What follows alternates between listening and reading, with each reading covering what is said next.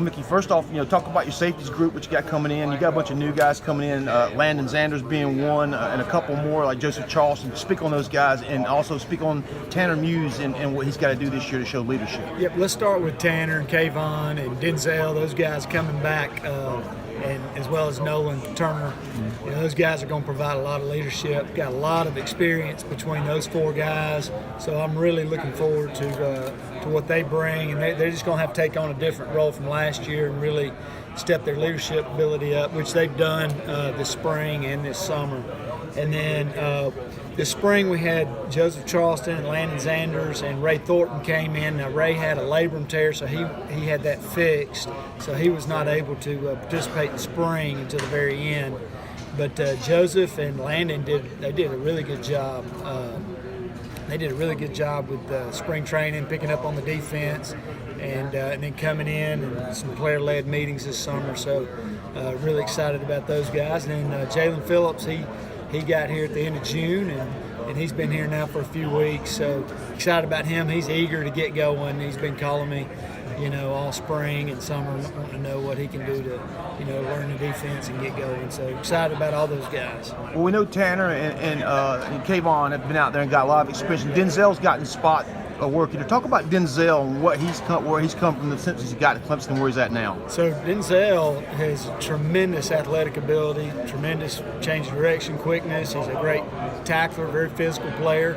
I think for him, just learning the defense and the different coverages, the different pressures and different things is where he's really grown and shown a lot of improvement. He's definitely got the talent and ability to do it, and I think now that he's got that experience behind him, really looking for good things from him. But he's really grown, works extremely hard. Kayvon Wallace, guy that seems to have a lot of experience now, comes in, plays with a lot of swag. It seems like he's really found a role out there in that safety spot in your defense. Kayvon takes a lot of pride in being a leader. He takes a lot of pride in doing well, and takes a lot of pride in his work.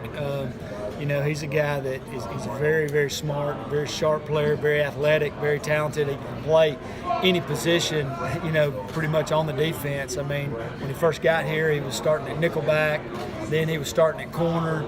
Then we moved him over there to play safety, and he started at that. So, I mean, very unselfish player.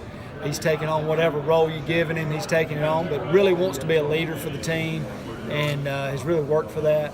But, extremely pleased with his progress, and, we're going to count on his leadership this fall. Is there any discernible difference in your defense when you say, where you're looking free, strong, boundary, weak safety, or do you just kind of treat them as interchangeable? Well, we'd like for them to be interchangeable, but there is a difference. And right now, Nolan and Denzel they've been able to really work both sides. We kind of left with Tanner and Kayvon, we kind of left them in those spots. Now, Kayvon has had to learn the nickel as well, but the safeties are different. You got a boundary safety, you got a field safety, so some of the run fits and some of the coverages are a little bit different, but the same. But there is a difference. But I think if you get them in here early and you can teach them both, so my goal is to have these young guys really teach them both safeties and make them interchangeable, so they can do both. And that's what was able to get Nolan on the field so early, because he was able to learn both spots. With Kayvon, he was learning nickel, safety, and corner, so I didn't want him to have to learn the boundary safety as much. And then with Tanner, you're kind of using a bigger body over there where he's playing at the free safety because of all the tackling and all the hitting and run fits that goes on over there into the boundary. So we like his body type into the boundary. Normally when y'all play Georgia Tech, you were playing against a running offense, and that's not the case anymore. How will you adjust your safeties for that first game? Well, we got to find out, what Georgia Tech's going to do, which we've watched a lot of film this offseason to prepare for that. But they're probably going to be more of a spread team, so we're going to have to get ready to play more coverage and that sort of thing, as opposed to when you get into an option team, you kind of have an option package, and this is what you do. So we won't spend all that time working Georgia Tech stuff, these guys will be, more working against the spread. Going back to Nolan, I guess it was a couple years ago, the Louisville game, he stepped out and made a tackle out in space against Lamar Jackson, kind of put himself on the map with the Clemson fan base. But he's also got it just seems to fit into spaces. It has an instinct to the football, and like you said, he's versatile, able to reach out and be in pass coverage. Talk about Nolan just a little bit more where he came from. Let's talk about that. Yeah, that's a good question, because when Nolan came in, I think his Clemson was the only big offer that he had, and I think it's overlooked what Nolan, his athletic ability is. He is a tremendous athlete. I mean, unbelievable athlete. You're talking about a 6'2", 195-pound kid that can run, change direction. I think his hips, his ability to be able to swivel his hips and change direction, his vision is unbelievable, and he has a great understanding of the defense.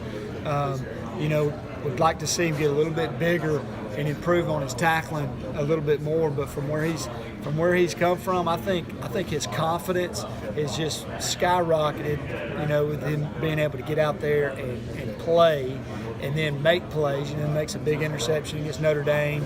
That year you're talking about, he made a great open field tackle against arguably the best, well, he was the Heisman Trophy winner.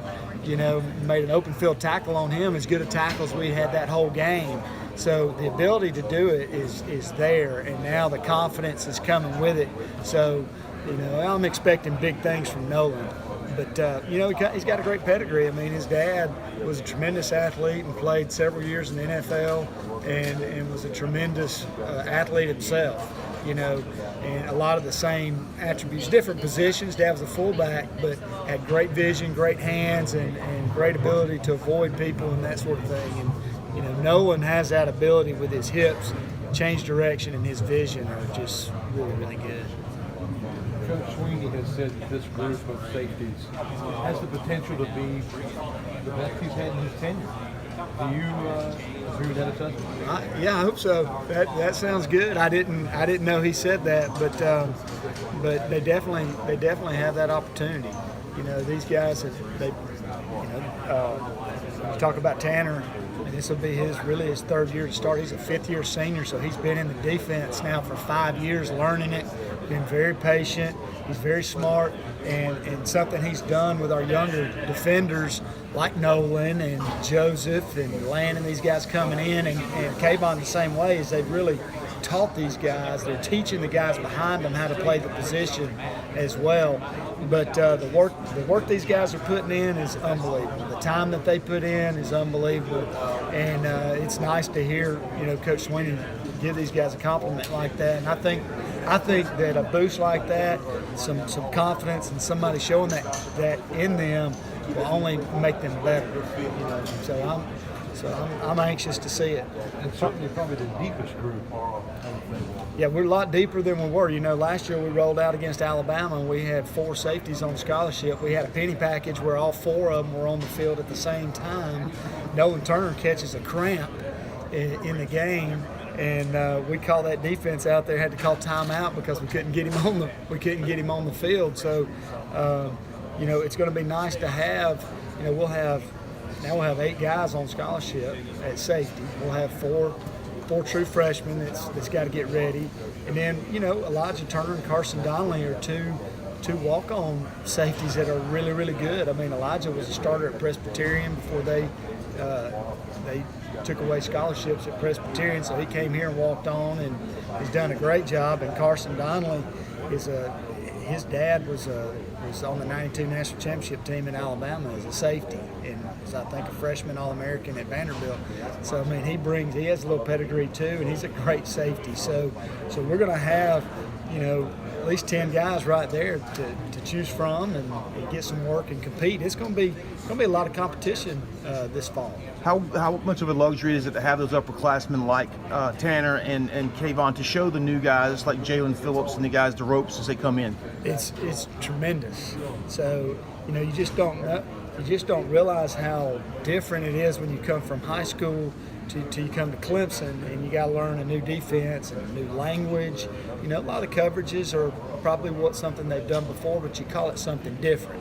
And then you have all these pressures and things, and when you got guys with experience, like the 4 guys we've been talking about, Tanner and Kayvon and Nolan and Denzel. Now they can show these young guys, when they come off to the sidelines after making a mistake or whatever, and they have a question, then they can get that question answered from one of those guys as well as me. But sometimes they don't feel comfortable going to the coach, and you're on the sidelines. You want to go. You got this senior player who's going to help you, and we've got such a good culture, that those senior players, they want to help the young guys. Which you don't see that all the time either. You don't see there's no selfishness to it. Very unselfish. Talk about the young guys. Any surprises in what you've seen coming in? Something you didn't expect? Well, with Joseph and Landon, those were the 2 that went through spring training. And I was very pleased with both of them. I thought they picked up on the defense well. With Joseph, I wasn't surprised, because I recruited him.